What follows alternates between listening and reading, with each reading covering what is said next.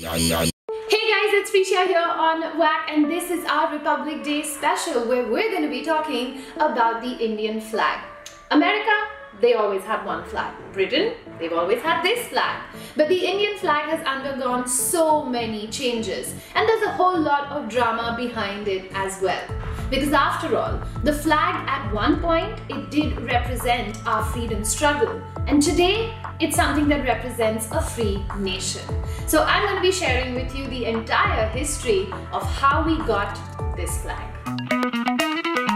While the British did rule in India, this was our flag. And the only representation of India in this flag is this, the Star of India. And that too, it has the royal crown right in the middle of it.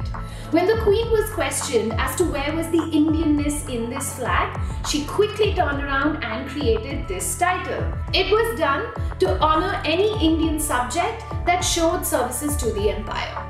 As the freedom struggle gained momentum in 1905, there was this need to have a flag that really did represent not just India but also the different parties that were there. And that's when we got the Vande Mataram flag. 8 lotuses on the top, which represented the 8 provinces, a sun and a crescent at the bottom, and Vande Mataram in the middle. The second flag, it was pretty similar to the first one, except that the lotuses, they got replaced with the 7 stars, which represented the Saptarishi. This flag, it wasn't even hoisted in India for the first time. It was first hoisted in Paris by Madame Kama and her band of revolutionaries. But it seems that none of these flags sparked any kind of enthusiasm amongst Indians or even in the press. After this, many other designs were proposed, designs that would have different symbols in them. In fact, the man who even gave us the current design of our flag, he submitted 30 designs for the Indian flag. But it was at this point that these freedom fighters decided that this would be the next flag of India. A lot of arguments continued after this, and that's when everyone realized that there was the need for a national flag and not flags that were representing the different freedom parties in our country.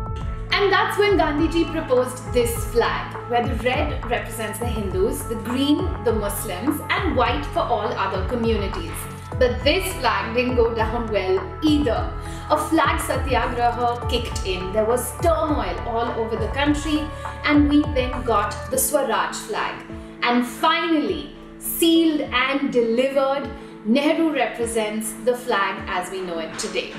The Indian flag, it comes with a whole bunch of really heavy-duty rules. It has to be a khadi, it has to fulfill specific requirements by this board. There's only one sole manufacturer of the flag. It can't touch the ground or water. It has to have only petals in it. Until recently, only we could fly it at night. Otherwise, it was only from sunrise to sunset. And the list can just go on and on. With so many rules, I can't even understand how this guy never even made it to jail. But the Indian flag, it truly has flown in some very interesting places. Mount Everest, the North Pole, in space. In fact, we've even broken a couple of records. India has the record for the largest human flag in the world. A lot of countries around the world have Flag Day. The Indian equivalent of that is the Armed Forces Day. But that's a day where we also recognize the different flags of the armed forces.